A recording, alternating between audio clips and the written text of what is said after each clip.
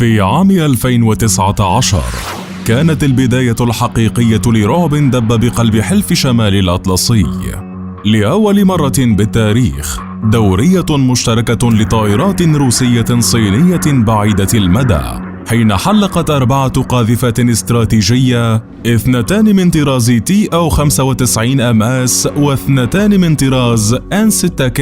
فوق بحر اليابان والبحر الشرقي الصيني، وذلك بعد 14 عاما من بدء أول مناورات ثنائية صينية روسية في عام 2005 في شبه جزيرة شاندونغ الصينية وفي فلاديفوستوك الروسية، حين شارك فيها أكثر من 10,000 جندي وضابط، قبل أن تصبح المناورات سنوية ليجتمع الدب الروسي والتنين الصيني بعد أن كانا على شفا حرب طاحنة بينهما عام 1996، ما كان دليلا كافيا على اقتراب أكبر كوابيس أمريكا والغرب بتشكيل ما ربما سيعرف فيما بعد بحلف الناتو الأوراسي، الذي قد يتسبب باشتعال الأرض كلها حالا اندلع نزاع بين دول حلف شمال الأطلسي، حلف الناتو المعروف اليوم في الغرب، وهذا الحلف الجديد المشكل من التنين الصيني والدب الروسي. تقارير الاستخبارات الغربية لم تغفل لها عين منذ ذلك اليوم، فخرجت التسريبات عن رغبة روسية ملحة بدخول نزاع مسلح مع الناتو، ما حدا بها تنفيذ محاكاة سيناريو حرب نووية تقوم على إمكانية استخدام أكثر الأسلحة فتكاً من أجل تحييد القوات المتمركزة على الجانب الشرقي من حلف الناتو، على أن يتم تنفيذ الهجوم من منطقة كالينينغراد.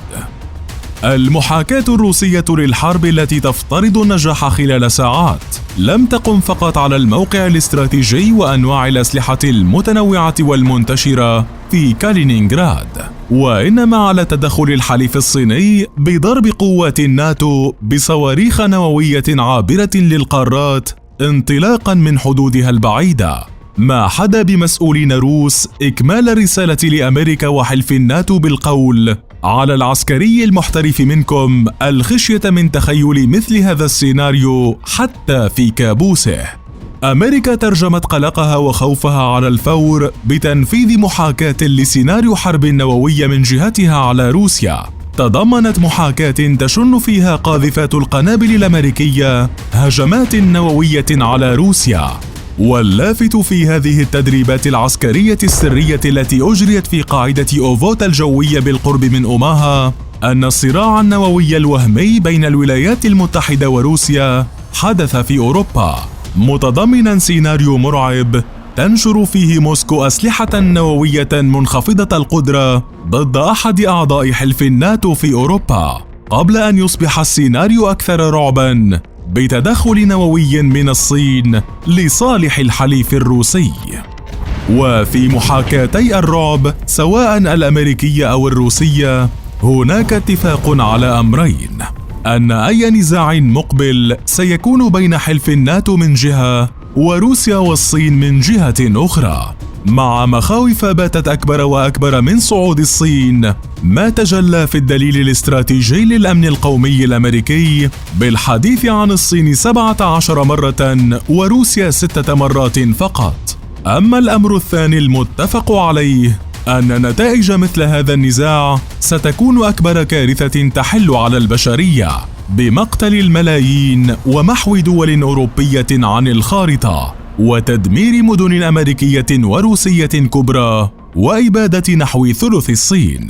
ومع مضي الوقت يبدو أن الكابوس بدأ يقترب أكثر وأكثر، فالروس والصينيون جددوا أخيرا معاهدات الصداقة التي وقعت لأول مرة عام 2001، وتشمل أكثر من 300 اتفاق وبروتوكول تعاون تغطي كافة المجالات السياسية والاقتصادية والأمنية والعسكرية، مع الانتقال من مرحلة التعاون والصداقة إلى التحالف المطلق، بعد أن اتخذت العلاقة الروسية الصينية منح الشراكة الاستراتيجية الكاملة بعد ديسمبر 2017،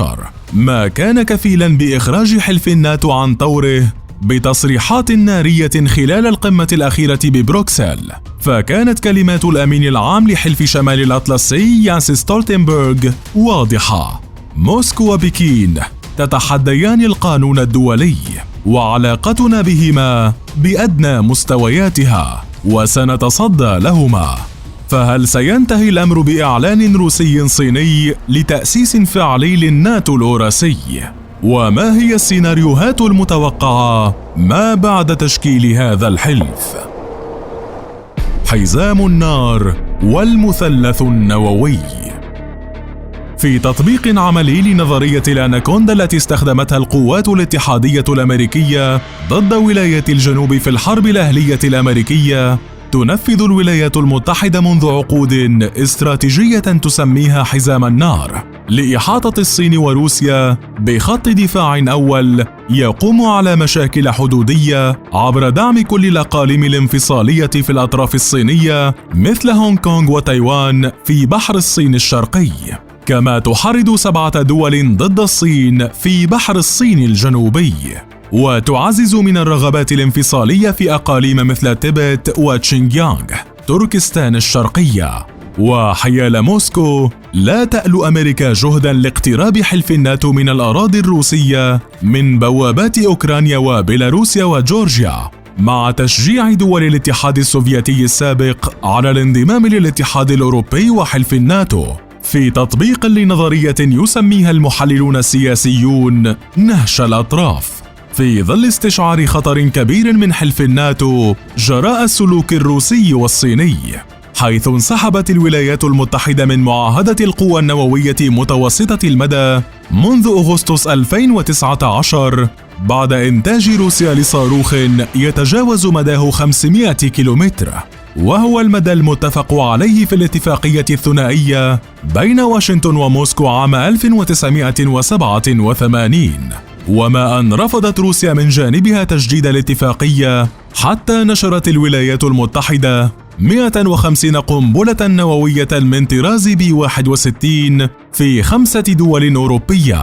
أتبعتها بنشر صواريخ متوسطة المدى تحمل رؤوسا نووية لأول مرة في المحيطين الهندي والهادئ. لكن هذه المرة ردًا على إطلاق الصين ما يسمى بالمثلث النووي،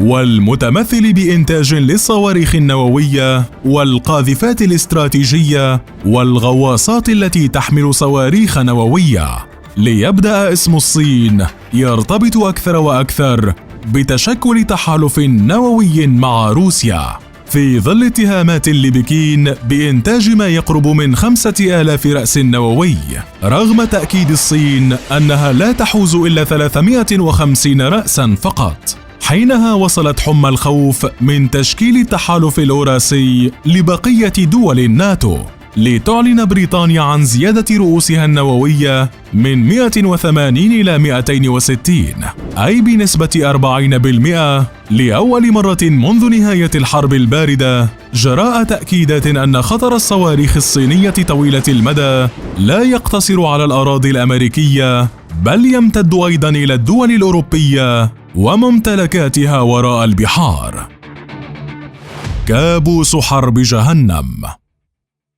ظلت المقارنات لفترة طويلة تنصب حول قدرات أمريكا وروسيا، لكن الحديث عن تحالف روسي صيني لدخول حرب طرفه الآخر الناتو جعل كابوس حرب تفتح باب جهنم على الأرض أكثر سوداوية، مع تمتع الصين وروسيا بقوة إجمالية للقوات المسلحة تصل إلى أكثر من 3 ملايين شخص، خاصة مع نمو القوات الصينية بشكل مضطرد.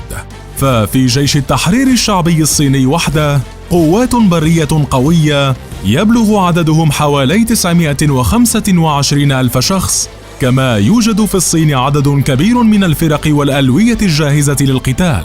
لكن قوات روسيا والصين تبقى أقل من قوات الناتو المشكلة من جيوش 30 دولة، على رأسها أمريكا وحلفاؤها الأوروبيون. وفي شق الرعب النووي يبدو التكافؤ كبيرا بين الحلفين بحسب المعلن، لكنه يميل بشكل كبير لصالح روسيا والصين بحسب التسريبات. إذ إن أكبر حصة من المخزون النووي في الكوكب هي ملك للولايات المتحدة وروسيا. ففي حين يبلغ عدد الرؤوس النووية حول العالم حوالي 15,000 رأس، تمتلك الولايات المتحدة وروسيا منها قرابة 14,000، وتأتي روسيا في المرتبة الأولى عالمياً ب7,000 رأس نووي، والولايات المتحدة ثانياً ب6,800، في حين تشير التوقعات إلى أن فرنسا تمتلك 300 رأس نووي، تليها الصين ب270، ومن ثم بريطانيا ب215.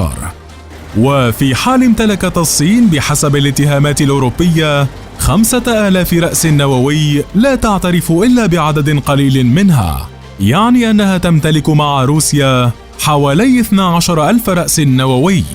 بينما يمتلك حلف شمال الأطلسي أقل من 7,500 رأس نووي. ومن حيث الدبابات، فإن القوة الضاربة الرئيسية للقوات البرية لدى روسيا والصين متفوقة بشكل كبير على حلف شمال الأطلسي، مع الأخذ في الاعتبار المركبات المدرعة الموجودة في مستودعات التخزين، ما يعني أن التحالف المحتمل لديه ما يصل إلى 26,000 مركبة قتالية مقابل 15,000 من دول الناتو، كما لا تملك 8 من دول التحالف وحدات مدرعة خاصة بها. التفوق الروسي الصيني يبدو واضحا أيضا في عدد المدافع، إذ يوجد في البلدين بين 28 إلى 30 ألف مدافع هاوتزر ومدفعيات ومدافع هاون ومنصات إطلاق صواريخ متعددة، إضافة لوجود 22,500 سلاح مدفعي في مستودعات التخزين الروسية، بينما تمتلك جيوش حلف الناتو 25,000 مدفعية. وفي البحر تظهر السيادة واضحة لقوات الناتو جراء قوة الولايات المتحدة البحرية الضاربة، فالسفن والغواصات في أساطيل التحالف تصل إلى أكثر من 2200، بما في ذلك سفن الدعم وسفن خفر السواحل. والأمر ذاته ينطبق على الطرادات والصواريخ وحاملات الطائرات، حيث يتمتع حلف الناتو بالتفوق المطلق، فيما لا تتجاوز أساطيل روسيا والصين 900 قطعة بحرية. وفي الجو لدى الناتو أكبر أسطول جوي في العالم، متضمنا أكثر من 20,000 طائرة ومروحية وطائرات مقاتلة، بينما يمكن لروسيا والصين أن ترسل إلى الجو حوالي 6,500 طائرة ومروحية. وبحسب تقديرات خبراء، فإن اندلاع أي حرب مستقبلية بين هذه القوى مجتمعة يعني خطوة كبيرة تجاه فناء البشرية.